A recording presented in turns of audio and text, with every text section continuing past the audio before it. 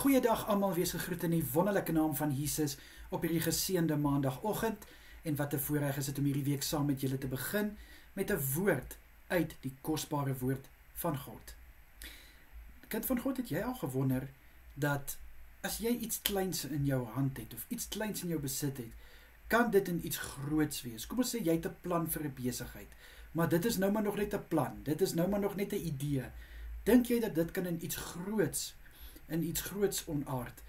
Dink jy dat as jy dalk miskien nie baie geld het nie, kan dit verdubbel word? Of hierdie vriendskap wat jy nou het, dink jy dat dit kan in iets baie groters onaard? Kind van God, natuurlik kan dit.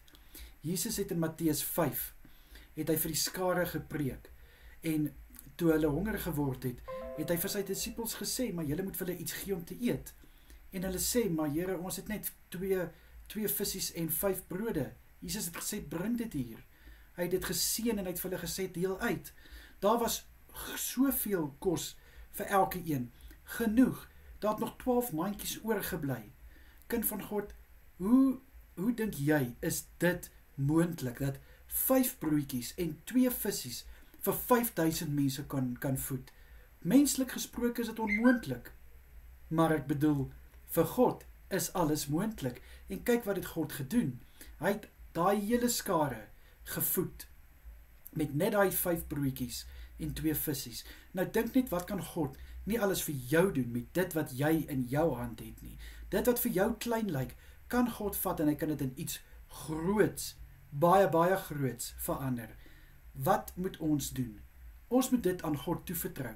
Ons moet vir God sê, Here, dit is wat ek het, dit is min, maar ek vertrou en ek glo, U kan dit in iets ongeloofliks verander. En kind van God, ek kan vir jou waarborg, dit is wat God sal doen.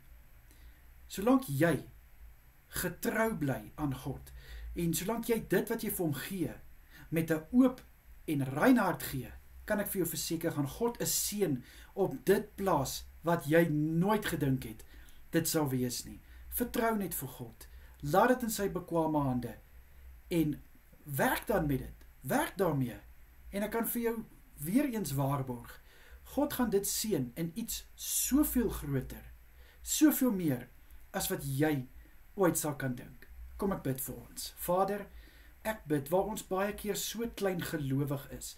Liewe Here, dit wat ons in ons hande het, dit lyk min, dit lyk klein, maar Here, U kan dit vat en U kan dit draai in iets so groot, dat ons nooit gedink het sal wees nie.